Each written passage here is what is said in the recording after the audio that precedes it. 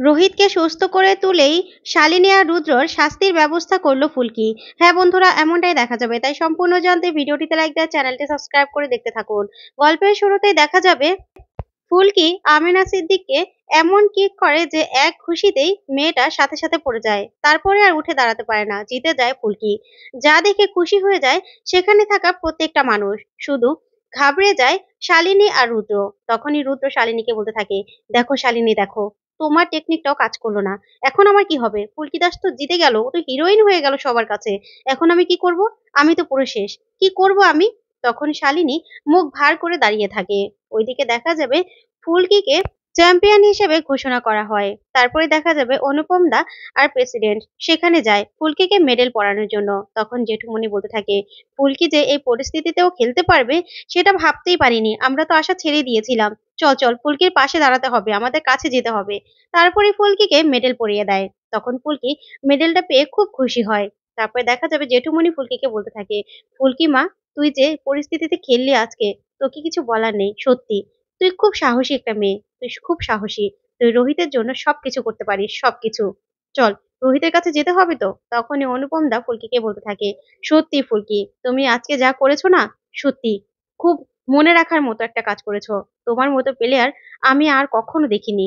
তারপরে ফুলকিকে নিয়ে হসপিটালে যায় জেঠুমনিরা। তখন ফুলকি হসপিটালে গিয়ে অরুণাকে দেখে মা বলে চিৎকার করে ওঠে। তখন অরুণার কাছে গিয়ে বলতে থাকে, মা তুমি এসেছো? এসেছো তুমি? দেখো, আমি স্যারের জন্য মেডেল জিতে পেরেছি, স্যারের জন্য। স্যার কেমন আছে? তখন অরুণা বলতে থাকে, ফুলকি রে, রোহিত ভালো নেই, ভালো নেই রোহিত। তারপরেই দেখা যাবে ফুলকি বলতে থাকে, আচ্ছা আমি এখন মাতা রানীর কাছে যাই। এই বলেই ফুলকি প্রার্থনা করতে থাকে। ঠিক তখনই সেখানে ডক্টর চলে আসে। এসে বলতে থাকে, রোহিত রায় চৌধুরী বাড়ির লোক কেউ আছেন? তখনই অরুণা সহ ফুলকি সহ সবাই এগিয়ে যায়। তখন ডক্টর বলতে থাকে, দেখুন, রোহিত রায় চৌধুরীর অবস্থা বেশি ভালো নয়। প্রেশারটা বারবার নেমে যাচ্ছে। এখন অবস্থা খুবই ক্রিটিক্যাল। জ্ঞান ফেরাটা খুব জরুরি দরকার। তখন তো ফুলকি কান্নায় ভেঙে পড়ে। তখনই সবাই মিলে ভিতরে যায়। ভিতরে গিয়ে দেখা যাবে নার্সরা রোহিতের বুকে বারবার করে চাপ দিচ্ছে জ্ঞান ফেরানোর জন্য। কিন্তু কিছুতেই রোহিতের জ্ঞান ফিরে আসে না। এই অবস্থা অরুণা দেখে আর সহ্য করতে পারে না। তখন অরুণা ফুলকিকে বলতে থাকে, ও ফুলকি, আমি যে রোহিতের এই অবস্থা দেখতে পাচ্ছি না, আমার যে ভালো লাগছে না, আমি সহ্য করতে পারছি না। আমি যাই, বাহিরে গিয়ে বসি। এই বলেই অরুণা বাহিরে চলে যায়। তখন ফুলকি কাঁদতে থাকে। এদিকে ডক্টর এসে বলতে থাকে, নার্স এভাবে হবে না। এবার শেষ, আমাদের চিকিৎসাটা করতে হবে। শেষ একটা ইনজেকশন দিতেই হবে। ওনার জ্ঞান ফেরাটা খুব জরুরি দরকার। এই বলেই নার্সদের নিয়ে ডক্টর সেখান থেকে চলে যায়। তখন ফুলকি খুব কাঁদতে থাকে আর বলতে থাকে, স্যার উঠুন, স্যার দেখুন, আমি মেডেল জিতেছি। আমার গলায় দেখুন সোনার মেডেল। দেখুন আপনার জন্য এই মেডেলটা আমি জিততে পেরেছি স্যার। দেখুন, আপনি দেখুন না স্যার। উঠুন স্যার, উঠুন। কিন্তু রোহিত কোনো রকম কোনো সাড়া দেয় না।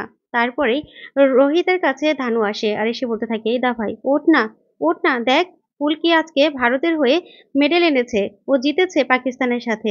দেশের গর্ব ফুলকি। তুই তো এটাই চেয়েছিলি বল, যে ফুলকি ভারতের হয়ে খেলুক, মেডেল আনুক।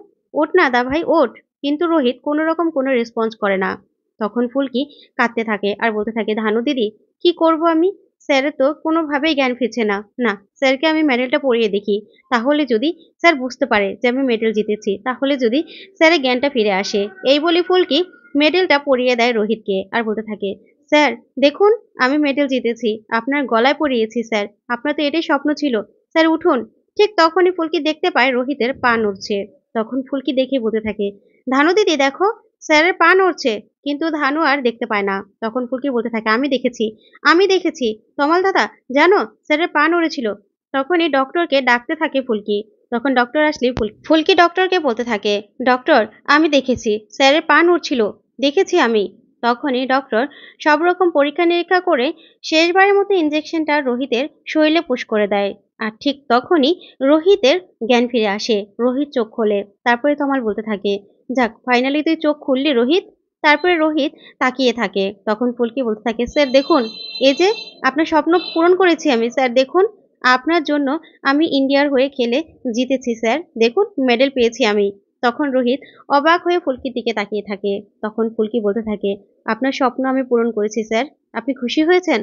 তারপরেই ফুলকি বলতে থাকে, ধানু দিদি, এবার আমি মাতা রানীর কাছে যাই। মাতা রানীর জন্যই তো স্যারকে আমি ফিরে পেয়েছি। এই বলি ফুলকি বাইরে চলে গেলে ধানু রোহিতের কাছে যায়, গিয়ে বলতে থাকে, দা ভাই, কি রে দা ভাই, কথা বল। তা ভাই দেখ ফুলকি তোর জন্য ও খেলে জিতেছে। দেখ এই অবস্থাতেও ফুলকি খেলে তারপর জিতেছে। তখন রোহিত অবাক হয়ে তাকিয়ে থাকে। ওইদিকে দেখা যাবে ফুলকি অরুণাকে গিয়ে বলতে থাকে, মা দেখো তোমার ছেলে জ্ঞান ফিরেছে তোমার ছেলের। তারপরে ফুলকি মাতা রানীর কাছে গিয়ে প্রার্থনা করতে থাকে, আরতি করতে থাকে, সেখান থেকে তিলক নিয়ে নিজের কপালে দেয়। তারপরে দেখা যাবে মাস্টারমশাই সেখানে চলে আসে, এসে বলতে থাকে, ফুলকি আমি জানি মা, এ সব কিছু তোর জন্য হয়েছে, সবকিছু। তুই পারবি রোহিতকে সুস্থ করে তুলতে। তুই পেরেছিস, সবকিছু পেরেছিস। না হলে এই অবস্থাতেও তুই যে খেলেছিলি, আমরা তো সবাই আশা ছেড়েই দিয়েছিলাম মা। তখন ফুলকি বলতে থাকে, জেঠুমণি আমি না কিছুই করিনি, সব করেছে মাতা রানী। ওনার কৃপাতেই আজকে স্যার সুস্থ হয়ে গেছেন। আমি না স্যারকে এখন বাড়িতে নিয়ে যেতে পারবো। এখন আমরা বাড়িতে চলে যেতে পারবো। আমার না এখানে আর থাকতে একদম ইচ্ছে করছে না, একদম না। ঠিক তখনই সেখানে অনুপম দা আর দিলীপ স্যার চলে আসে। তখনই অনুপম দা বলতে থাকে, ফুলকি তোমার মতো প্লেয়ার সত্যি আমি আর এখনো দেখিনি। তুমি যেই অবস্থাতে আজকে খেলেছো, কি বলবো তোমাকে। কিন্তু ফুলকি একটা জিনিস আমরা লক্ষ্য করেছিলাম, তুমি তখন কেমন যেন ঝিমোচ্ছিলে। মনে হচ্ছিল যে তুমি মাথা ঘুরে পড়ে যাচ্ছ। এরকম হয়েছিল কেন? তখন ফুলকি বলতে থাকে, স্যার জানি না আমি, তবে সেই তোয়ালেটা দিয়ে আমি মুখ মোছার পরেই না আমার মনে হচ্ছিল কেমন যেন আমার মাথাটা ঝিমঝিম করছে, চোখগুলো ঘোলাটে হয়ে আসছিল, আমি যেন কিছুই দেখতে পাচ্ছিলাম না। আর আমার কেমন যেন সবকিছু ঝাপসা লাগছিল। তখন এই কথা শুনে অবাক হয়ে যায় সবাই। তারপরেই অনুপম স্যার দিলীপ স্যারকে বলতে থাকে, দিলীপ দা আপনি পার্সোনালি এটা দেখবেন। আসলে আমার মনে হচ্ছে এটার মধ্যে কোনো ঘাবলা আছে। না হলে ফুলকি তো একা বলছে না, আমরা নিজেরাও লক্ষ্য করেছিলাম যে ফুলকির কেমন যেন ঘুরে ঘুরে পড়ে যাচ্ছিল, ও শরীরের শক্তি সব হারিয়ে ফেলছিল। নিশ্চয় কোনো একটা কিছুতে কিছু একটা ছিল। না হলে হঠাৎ করে এরকম হবে কেন? এমন নয় তো যে খাবার দাবারের মধ্যে কিছু ছিল, কারণ এরকম তো অনেক হয়েছে। আকসার এরকম ঘটনা অনেক হয়। আমাদের না এই দিকটা ভালো করে তদন্ত করে দেখতে হবে। আর ফুলকি এবার কিন্তু আমাদের ইচ্ছে ছিল অনেক বড় করে একটা পার্টি দিব। আগে রোহিত সুস্থ হয়ে যাক, তারপরে কিন্তু আমরা অনেক বড় করে পার্টি দিব। তখন ফুলকি বলতে থাকে, ঠিক আছে স্যার। তারপরে জেঠুমনি বলতে থাকে, হ্যাঁ রে ফুলকি, এবার আমরা রোহিতকে নিয়ে চলে যেতে পারবো। রোহিতকে নিয়ে বাড়ি চলে যাব। তারপরে অনুপমদা বলতে থাকে, আমরা সব রকম তদন্ত করে দেখব ফুলকি, যে এরকমটা কেন হলো। তবে শেষ মুহূর্তে তুমি যেই সাহসটা দেখিয়েছো না, সেটা বিরল সত্যি। এটা মনের জোর না থাকলে এটা কোনোদিনও সম্ভব হতো না।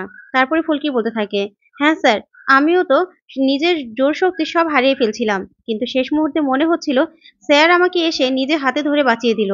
আমি যে পড়ে গিয়েছিলাম, তখন আমি ঝাপসা যেন স্যারকে দেখছিলাম। স্যার আমাকে মনের জোর বাড়িয়ে দিয়েছিল, যার কারণেই তো আমি উঠে আজকের খেলাটা জিততে পেরেছিলাম। তখন অনুপম স্যার বলতে থাকে, নিশ্চয়ই নিশ্চয়ই মন্দার কিছু একটা করেছে। তার মানে মন্দারকে তো ওই শালিনী এনেছিল। তখন ফুলকি বলতে থাকে, কি শালিনী ম্যাডাম এনেছিল? উনি তো কখনো আমার ভালো চায় না। তখনই অনুপম স্যার বলতে থাকে, আচ্ছা ফুলকি তুমি চিন্তা করো না, এটা ভালো করে তদন্ত করব আমরা। তো বন্ধুরা আজকের আপডেটটি কেমন লাগলো অবশ্যই কমেন্ট করে জানাও। ধন্যবাদ।